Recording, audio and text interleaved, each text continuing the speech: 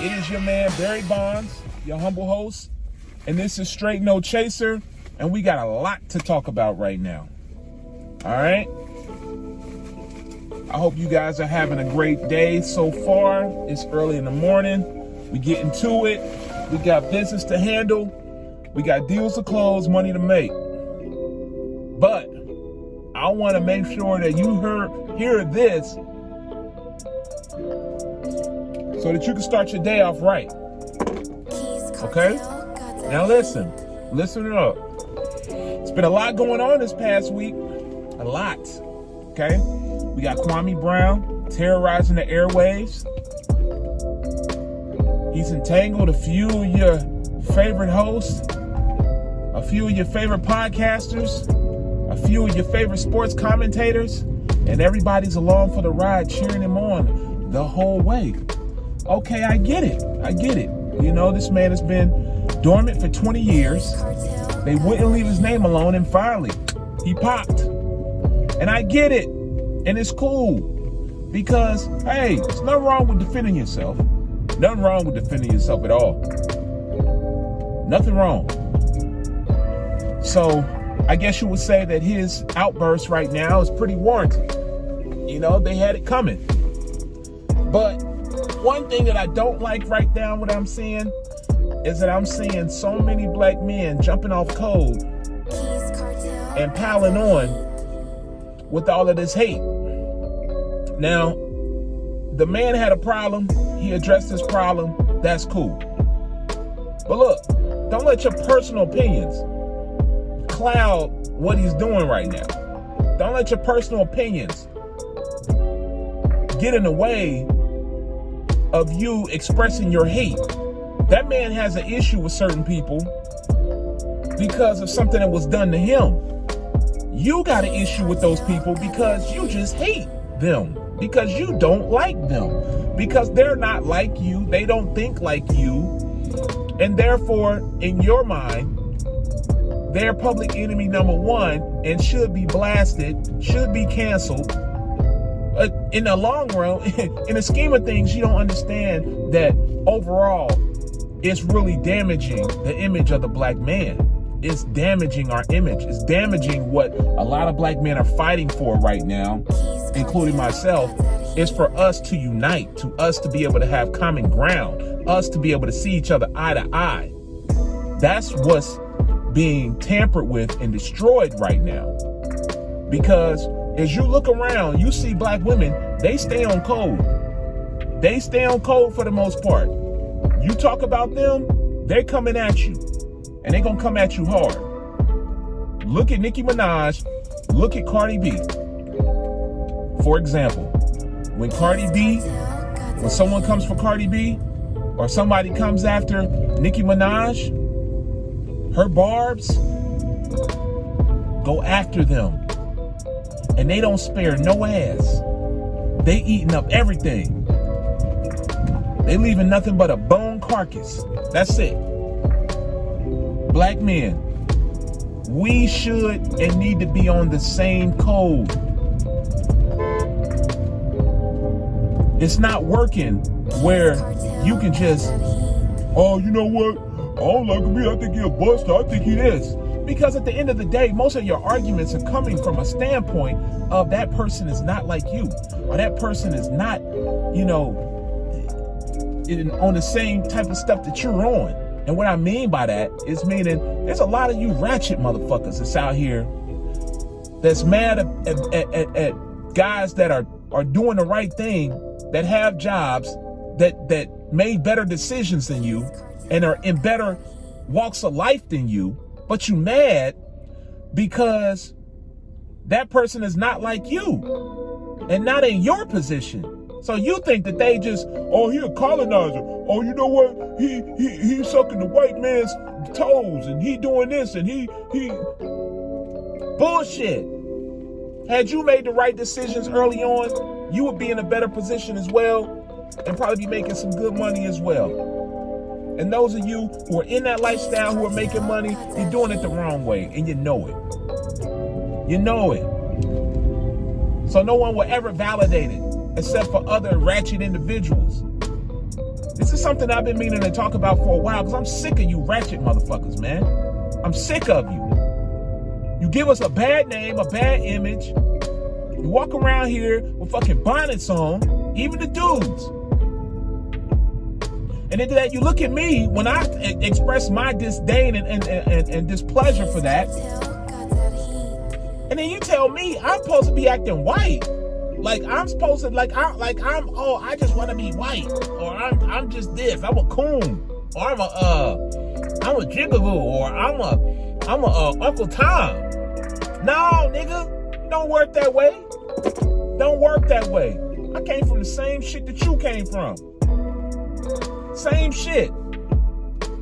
I grew up in Lincoln Heights, Ohio. If you look that up on the map, historically, it was the only black town or the only black city. It was incorporated as a city in 1946. Okay? The only black city in America, 100% black, 100%. And I take that pride with me everywhere I go. I grew up in an all-black city. Everybody. I didn't have no white neighbors. Not saying there's something wrong with that, but I didn't have any. So I was able to grow up around my people and love my people and see my people and experience life with my people growing up. And back then in the early 80s, 90s, we weren't acting all niggified like this. We came up in a time where it was cool to be cool with your brother. We didn't dress looking like bums on the street. I was in high school. I looked at pictures of myself. I'm in button-ups, khakis, shirts tucked in, Eastlands. If you know what those are casual shoes.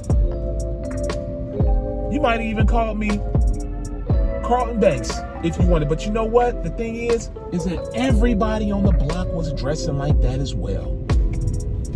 So you can get mad if you want to, but everybody on the block was dressing like that as well. We weren't looking like bums. We were looking like we had sense. We were looking like our parents loved us.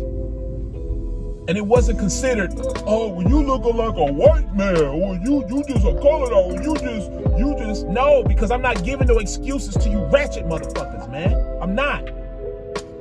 That ratchet shit has got to end, man. I don't know when this shit took over the black community, black culture, to where now we just look like we just straight up off the plantation yesterday. Now getting back to what I was saying is that I grew up in an all-black town and I was able to learn love for my brothers because that's all we had. That's all we had. So even when I'm on Facebook or I'm on Instagram and I'm getting these comments from people, deadheads, trolls, whatever, and they're telling me, oh, you sounding like this. You sounding like, no, motherfucker, I'm sounding like I got respect for myself and my family. So when I come out, the way that I purport myself, the way that I present myself is one of respect. Because I respect my family. I respect where I came from. I respect, my people, the upbringing that I had. I move with excellence. I want to move, I want to move with excellence. Let me say that. But then you look at it as if, you think you just high and mighty, you just arrogant. What's wrong with me wanting to attain a higher level of excellence? A higher level of being the best that I can be. The higher level of representing my people the best that I can. What's wrong with that? You think these white folks can't see what the hell we looking like and the hell what we doing? You think they can't see that? You think that they can't see how a plumb dumbass fool that we be acting out here? But then when I say something about it, when I approach this conversation, then it's, oh man, you bashing. Why you bashing? Why are you bashing? Why? How else the fuck is anybody else supposed to tell your fool willy nigga ass that what you're doing is really out of pocket and ignorant? Nowadays, it's cool to be ignorant. Nowadays, it's cool to be a real nigga. It's crazy. I've listened to Kwame for the past 4 or 5 days and him talk about social issues that we face right now. But yet, some of you clowns will turn it off and then listen to Moneybagg Yo, or listen to Pooh Shiesty, or listen to Kodak Black, or one of these other, gangster rappers talking about killing niggas. Talking about how you don't like no niggas. I ain't with no niggas. Fuck them niggas. So you calling me Uncle Tom and Uncle Ruckus on one hand, but then you listening to music that's talking about and celebrating killing your own kind, and you're singing along with it, but I'm the Uncle Ruckus? I'm the Uncle Ruckus? Come on, man. That shit is crazy. That shit is really crazy. And you sound crazy at that. I don't get it. I really don't get it, man. The contradictions of black folks. I said I was going to go in on this because for real, it's really real. And it's really something that we need to address, because I don't think half of y'all see it. I don't think half of you guys see it. You'll sit there and bop all day, celebrate ratchet lifestyles, but then you'll get mad at somebody's talking about morality and talking about us doing the right thing. And you'll call that person a Uncle Tom, a coon, and all these other names. And then all the rest of you will pile on because I've shaken up your sensibilities. I've shaken up, and talked about, I guess, offended your way of life. Offended your ghetto ratchet way of life. I've had many people, you sound like you just uppity, like you just up. Well, what's wrong with me wanting to be better? What's wrong with me wanting my people to be better? Because let's be honest here. If we were all in right mind, in the same capacity, then we would be able to fund whatever it is that any of us wanted to do. So say if I wanted to go to my job today and say, you know what, fuck y'all, I'm out of here. Would I be able to call up a black company and say, hey, you know what, brother so-and-so, I just quit my job working for the white man. Can I come work with you? Can I do that? Huh? Nah, I don't think so. You know why? Because it's not a lot of them.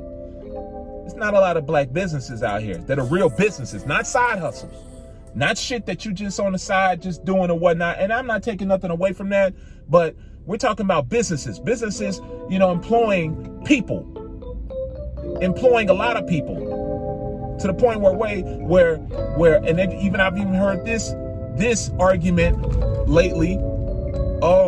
Oh, you just out here just going up there. You working for the white man. You working. Well, who the fuck do you work for, sir?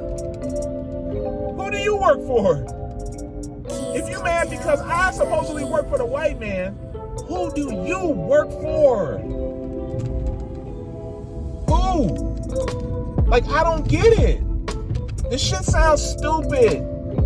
It sounds fucking stupid. It's like you know what I'm saying is right, but because you don't like my tone and how I say it, that's the problem. Really? That's the problem, right? So I watch you guys be out here in these clubs. I watch you guys just out.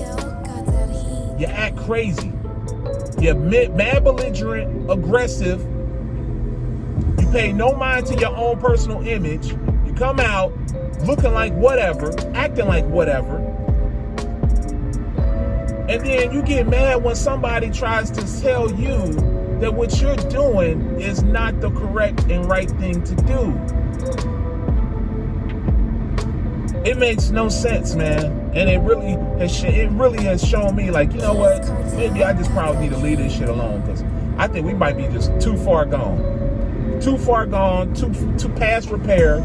And maybe I just need to just probably side up with those who have the same aesthetic of life that I have. That's what I think. Because every time I look around nowadays, man, it used to be back in the days, you could look around and you could see black people. You You can see black people, and what I mean by black people, I mean those who carry themselves with integrity and respect, you know, and love for their fellow people, who don't look at you with the mean mug and the ice grill, you know, who ain't trying to carry on this whole tough guy bravado, who not, you know, looking at you because you may be on something a little different, looking at you like you cooked food or you meat, waiting for them to rob you or something like that. I had to tell somebody else, I said, look, I'm not worried about none of these cops out here. None of these cops. I don't care who it is. I'm not worried about no cops. I'm worried about you niggas. That's who I'm worried about. And when I say that, many of y'all say it's self-hate. No, it's being realistic, because you know they out there. You know what they doing. And a lot of you applaud that shit. A lot of you applaud that shit because I guess it's in the hip-hop industry or the hip-hop culture, it's the cool thing to do. Cool thing to do. You applaud the wrong and you ostracize the right. How is that? How do you do that? This shit makes no sense. How the hell you think we're supposed to be raising kids to go the right way when most of y'all are on some super ratchet shit, but then when you call them out on it, they get mad? You know what you're doing. You know what you're doing.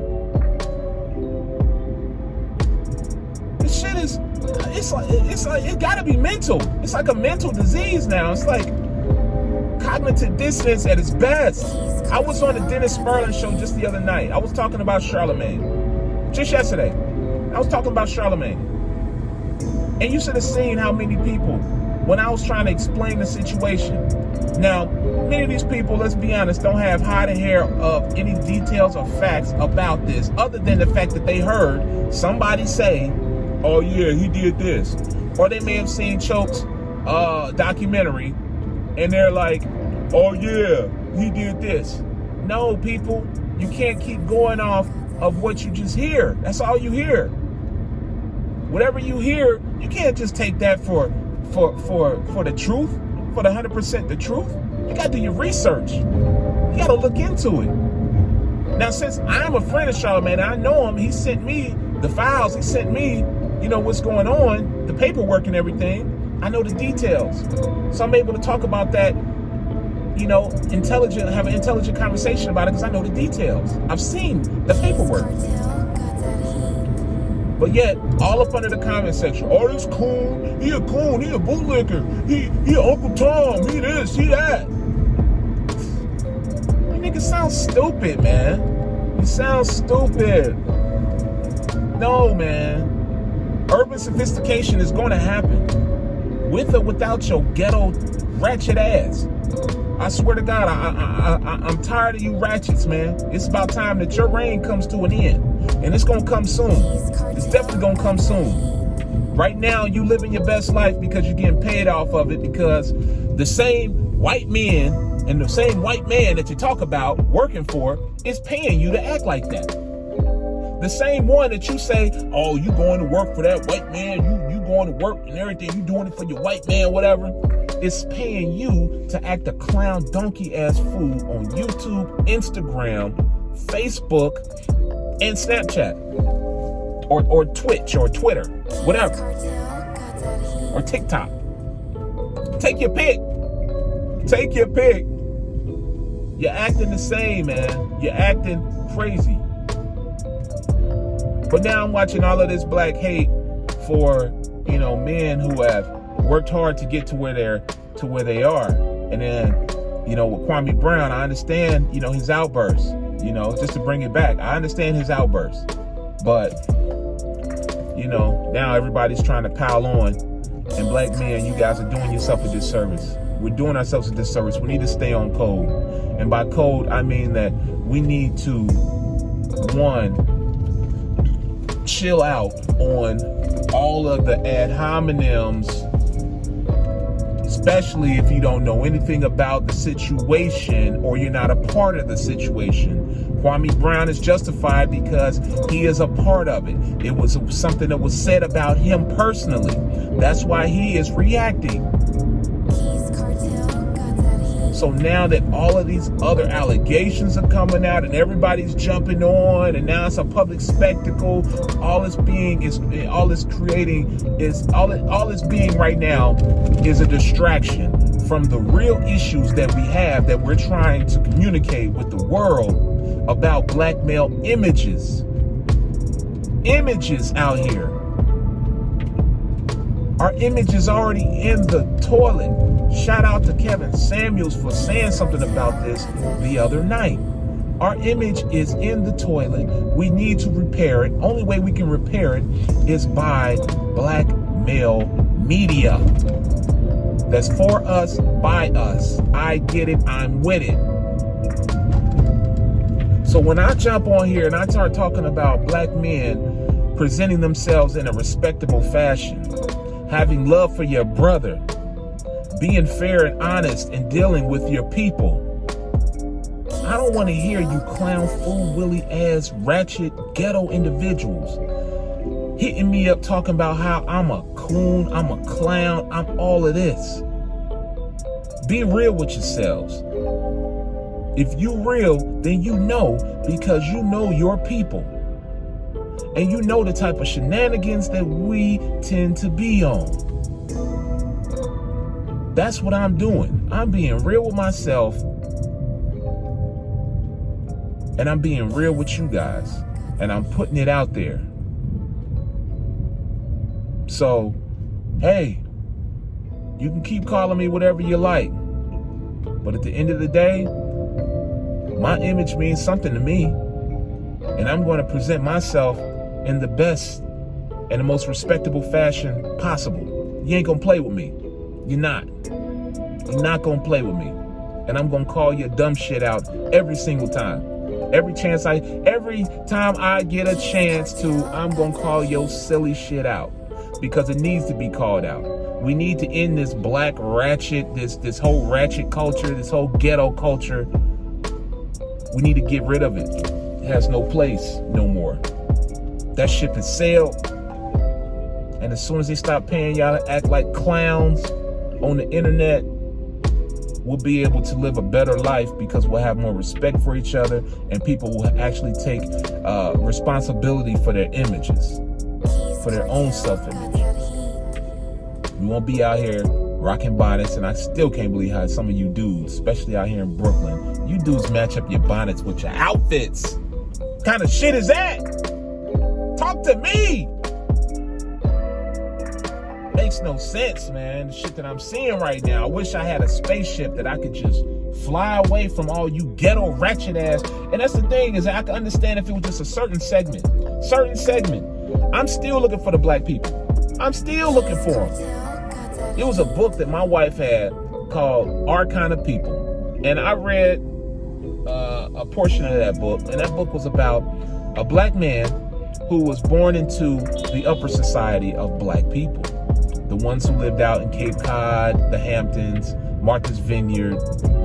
And he was just talking about how their kind of people related to each other, only stayed around each other, clicked up with each other, and it was a very small and tight group. But in between that group, they had so many resources. The kids came up to work the best jobs, get the best education, live in the best neighborhoods. That's the shit I want for myself and my family. I'm tired of being around you ghetto ratchet ass niggas, man. It's crazy. But yet I'm the coon for it. So look, man, I'm gonna end this rant like this.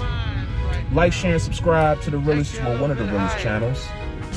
Straight no chaser, Barry Bondz. As you know, my motto is positive minds move forward. Until next time, I get at you. Peace.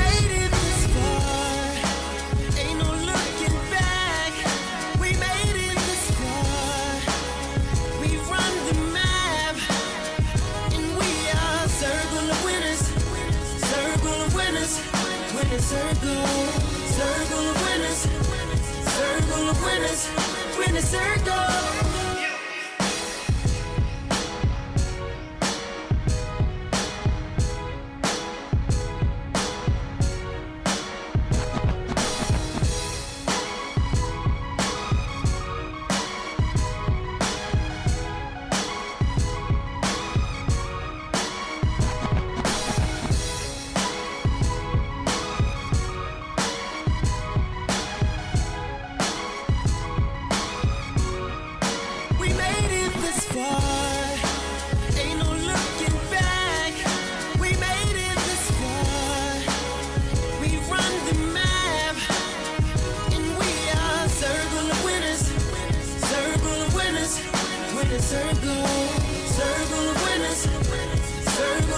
winners. We're in the circle.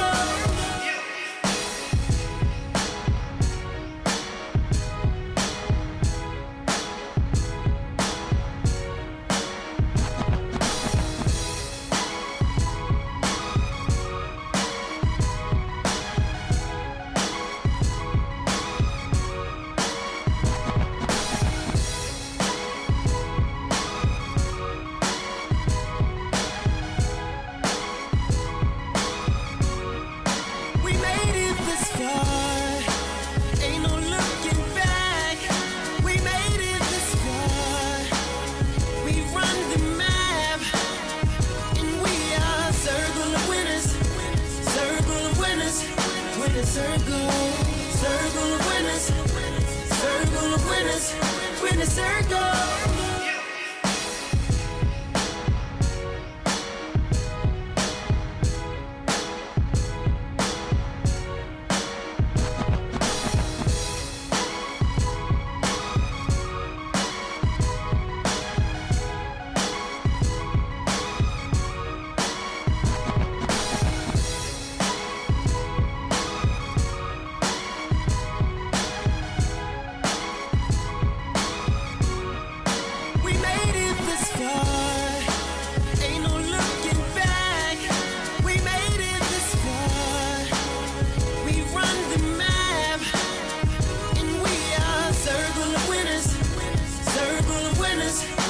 Circle, circle of winners, circle of winners, we're in the circle.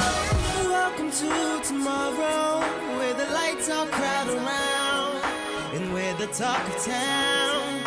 We're the talk of town. Live life in the fast lane. Live life in the fast lane. Live life in the fast lane. I'll never change. We made it this far.